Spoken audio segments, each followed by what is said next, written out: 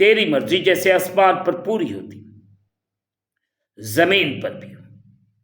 ہمارے روز کی روٹی آج ہمیں دے، اور جس طرح ہم اپنے قرض دار معاف کرتے ہیں، تو بھی ہمارے قرض ہمیں معاف فرما، ہمیں آزمائش میں نہ لا بلکہ برائی سے بچا۔ بادشاہی، قدرت، جلال ہمیشہ تک تیرے ہی ہیں، آمین۔ اب ہمارے خداوند یسوع مسیح کا فضل، پاک روح کی رفاقت اور شراکت حاضرین پر، تمام مقدسین پر اب سے لے کر اب تک ہوتی رہے، آمین۔ خداوند آپ کے ساتھ ہو۔ آخر میں یہی کہنا چاہتا ہوں کہ آپ اس چینل کو سبسکرائب کریں، لائک کریں، شیئر کریں اور بیل آئیکن کو پریس کرنا نہ بھولیں۔ جیسے ہی آپ بیل آئیکن کو پریس کریں گے تو اس چینل پر بننے والی ہر ایک نئی ویڈیو کی نوٹیفیکیشن آپ کو بر وقت ملے گی۔ خداوند آپ کو اور آپ کے گھرانوں کو بڑی برکت دے، آمین۔